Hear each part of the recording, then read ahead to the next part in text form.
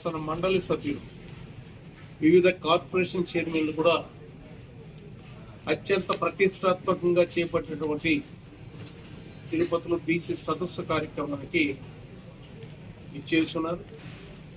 ఈ కార్యక్రమం యొక్క ముఖ్య ఉద్దేశం వెనుకబడిన వర్గాల యొక్క అపష్కృత సమస్యల గురించి. ఎన్నో సంవత్సరాలుగా ఈ దేశానికి స్వతంత్రం వచ్చినప్పటి నుండి కూడా వెనుకబడిన వర్గాల యొక్క తీరిన సమస్యల్ని ప్రభుత్వాలు మారుతున్నాయి.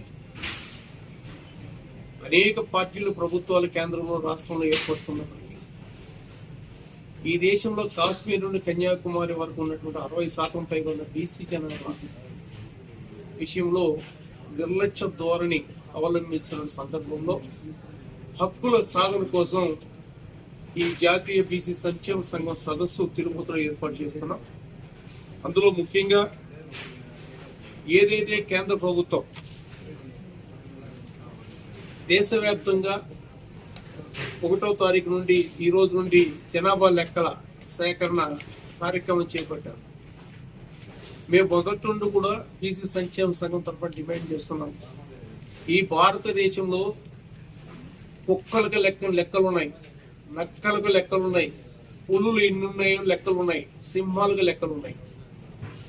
60% ఉన్నటువంటి బీసీ వర్గాలకు ఈ భారతదేశంలో ఎంతమంది ఉన్నాం అనేటటువంటి జనాభా లెక్కల సేకరణ తీయకపోవడం అనేది బీసీ సంక్షేమ సంఘం మొట్టమొదటి తీవ్రంగా ఖండిస్తున్నాం. కేంద్ర ప్రభుత్వం అనేక సంవత్సరాలు మేము పోరాడుతున్నప్పటికీ ఈ రోజు నుండి జనాభా లెక్కల్లో కూడా ఎస్సీలకు ఉంది, ఎస్టీలకు ఉంది, మైనారిటీలకు ఉంది, పురుషులు మహిళలు ఉన్నారు తప్ప బీసీ వర్గాల కాలం పెట్టుకున్న పోవడం యొక్క ఇది రాజకీయ కుట్ర కుతంత్రంతో కూడిన కార్యక్రమం అని బీసీ సంక్షేమ సంఘటనలు చెప్తున్నాం. ఎందుకంటే 60% పైగా ఉన్నటువంటి బీసీల యొక్క లెక్కలు ఎందుకు తేల్చలేదు? మీరు తేలేస్తే మీ రాజకీయ పునాదులు కదిలిపోతుందనా?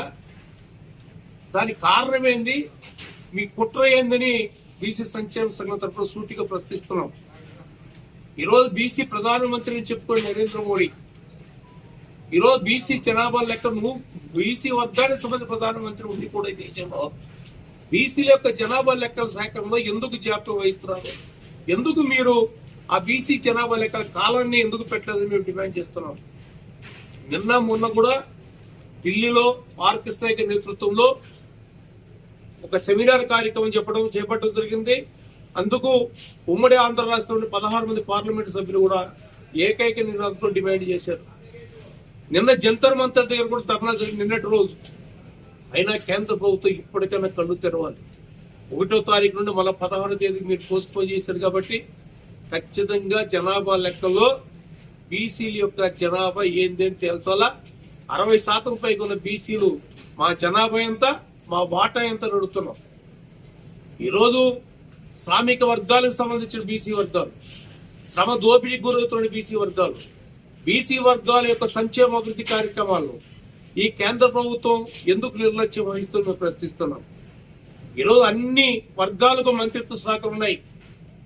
బీసీ వర్గాలకు ప్రత్యేక మంత్రిత్వ శాఖను ఇవ్వని చెప్తున్నాం. దానికి ఒక మంత్రిని పెట్టమని చెప్తే ఇప్పటి వరకు కూడా కేంద్రం కనీసం కేంద్రంలో బీసీ వర్గాలకు ఒక మంత్రిత్వ శాఖ పెట్టలేదంటే ఇంతకన్నా దురదృష్టం మేము ప్రశ్నిస్తున్నాం. నిన్న అమిత్ షా గారు ఒక మాట అంటున్నారు, రేపు పార్లమెంటులోనే మహిళా రిజర్వేషన్ బిల్లు తీసుకొస్తామని. ఎప్పటి నుండో పోరాటం చేస్తున్నాం. ఆ రోజు లాలూ ప్రసాద్ యాదవ్ కానీ, ములాయం సింగ్ యాదవ్ కానీ, ఉన్న నితీష్ కుమార్ ఈరోజు మళ్ళా కేంద్రంలో ఆయన పార్లమెంటు సభ్యుడిగా కూడా వచ్చాడు. ఆయన కూడా బీసీ వర్గాలకు సంబంధించిన నాయకులుగా ఆ రోజు నుండి కూడా మీ మహిళలకు రిజర్వేషన్ బిల్లులో మా బీసీ వర్గాల యొక్క మహిళలకు రిజర్వేషన్ శాతం పెట్టడం 33% పెట్టమని చెప్తే దానిపైన కూడా కేంద్ర ప్రభుత్వం ఇప్పటి వరకు కూడా స్పష్టత అయినటువంటి నిర్ణయాలు ప్రకటించకపోవడం అనేది చాలా దురదృష్టకరం. ఈరోజు బీసీ ఉద్యోగస్తులకు ప్రమోషన్లో రిజర్వేషన్లు ఇవ్వమంటున్నాం, అది ఇవ్వకపోవడం. ఈరోజు బడ్జెట్ కేటాయింపులో 60% పైగా ఉన్నటువంటి బీసీ వర్గాలకు మీరు ఇచ్చే బడ్జెట్ ఎంత, మీరు చేపట్టిన సంక్షేమ కార్యక్రమాలు మేము ప్రశ్నిస్తున్నాం. ఈరోజు మేము ముఖ్యంగా తిరుపతిలో జరిగే బీసీ సదస్సు కార్యక్రమానికి కూడా ఈరోజు ఈ ఆంధ్ర రాష్ట్ర ముఖ్యమంత్రి గౌరవనీయ నారా చంద్రబాబు నాయుడు గారికి మేము విజ్ఞప్తి చేస్తున్నాం.